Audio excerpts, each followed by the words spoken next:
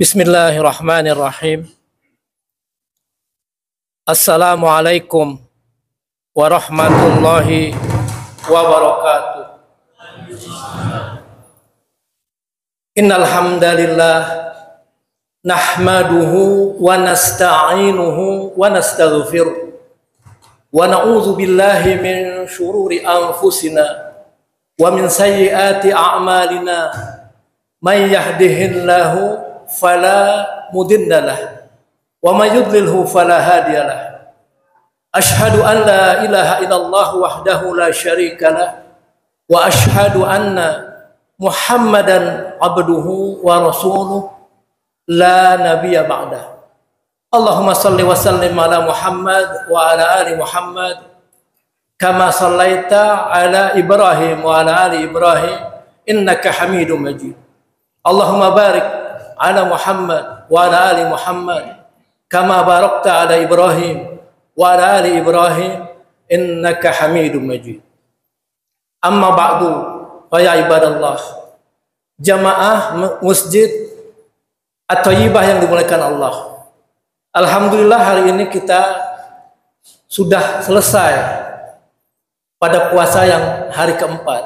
Insya Allah besok kita akan melaksanakan hari kelima.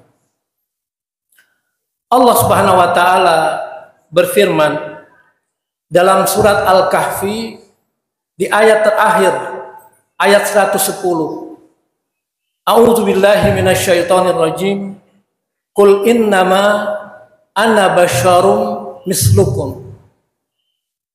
Katakanlah wahai Muhammad, sesungguhnya aku ini hanyalah manusia biasa seperti kalian.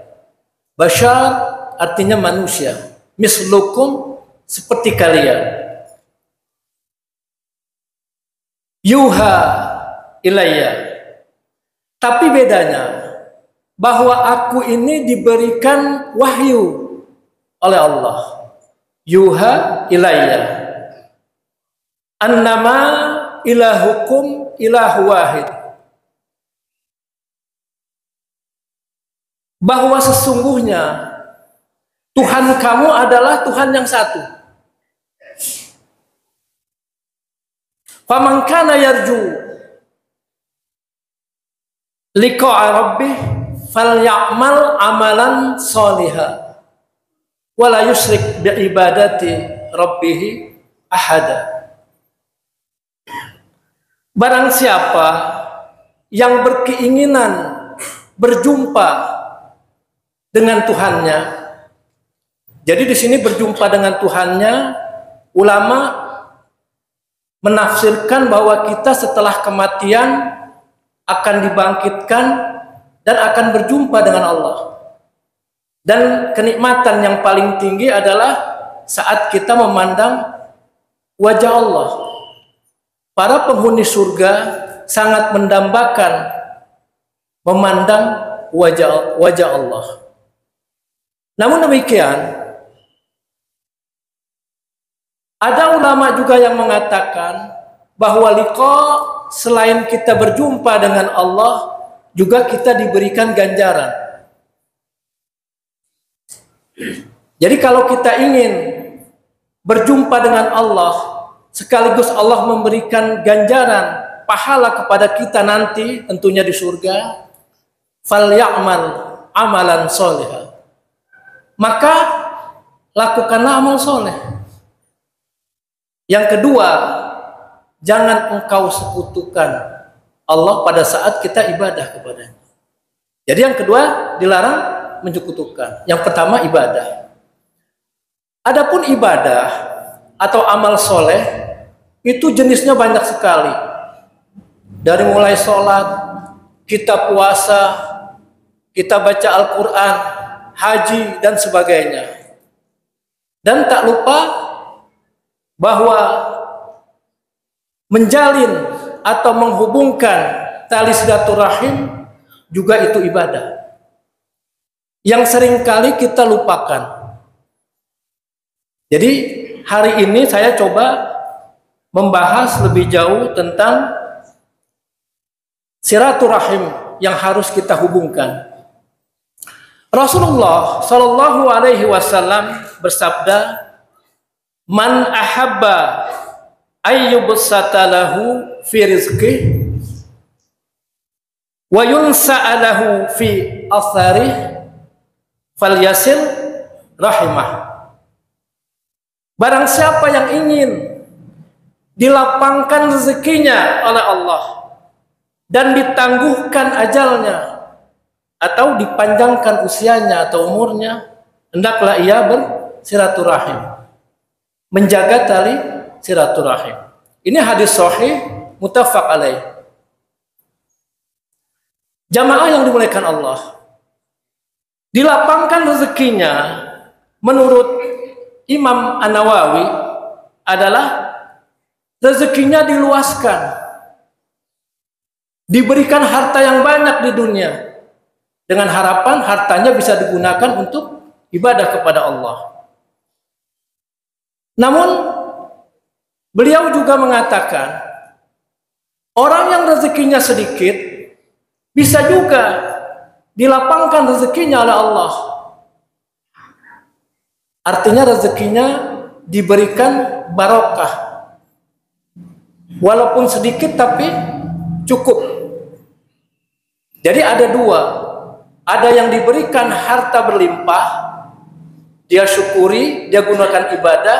Tapi orang-orang yang disempitkan rezekinya oleh Allah atau dibatasi, itu juga termasuk dilapangkan pada saat dia qanaah, merasa cukup dengan rezeki yang diberikan oleh Allah. Jadi ada dua. Jadi jangan kita mengatakan bahwa orang miskin itu tidak dilapangkan rezekinya oleh Allah, karena itu adalah ketetapan Allah. Kita tidak diberikan rezeki yang banyak oleh Allah di dunia, insya Allah kita akan diberi balasan oleh Allah di surga. Ma'asyiral muslimin rahimakumullah. Rezeki yang lainnya juga berupa nikmat sehat. Kita bisa sehat, bisa bekerja, kita tidak mengeluari biaya untuk berobat, itu juga rezeki. Lalu anak-anak yang soleh dan solehah termasuk juga rezeki dari Allah Ta'ala. Jadi jangan mempersempit makna dari rezeki. Yang penting kita syukuri apa yang Allah berikan, dengan cara sebisa mungkin kita dermakan, kita sedekahkan kepada orang lain. Jamaah yang dimuliakan Allah, bersilaturahim bukan sekedar membalas kunjungan atau membalas pemberian makanan atau sesuatu, tapi intinya adalah menyambung hubungan yang putus. Apabila kita bermusuhan, seringkali kita gengsi untuk meminta maaf lebih dulu. Maka orang yang meminta maaf lebih dulu, derajatnya mulia di sisi Allah karena dianggap sebagai yang menghubungkan tali silaturahim. Ada sebuah hadis, laisal wasilu bil mukafi walakinnal wasila alladzi iza kuti'at rahimuhu wasalaha. Bukanlah bersilaturahim orang yang membalas kunjungan atau membalas pemberian, tetapi yang bersilaturahim itu adalah orang yang menyambung apa yang terputus. Jamaah yang dimuliakan Allah, tentang narasi yang ditangguhkan ajal atau dipanjangkan usia dalam hadis tersebut, maknanya adalah bahwa yang menyambung hubungan tali silaturahim akan diberikan keberkahan dalam hidupnya, walaupun umurnya pendek, tapi bisa digunakan untuk ibadah kepada Allah. Itu berarti sama aja ditangguhkan ajalnya, karena umurnya atau usianya adalah berkah. Ma'asyiral muslimin rahimakumullah, sidang salat tarawih yang dimuliakan Allah. Jadi di sini janganlah kita menyanyiakan waktu kita untuk bersilaturahim. Janganlah kita tinggalkan mengajak saudara kita untuk berkumpul di rumah bahkan teman di kantor juga di masjid.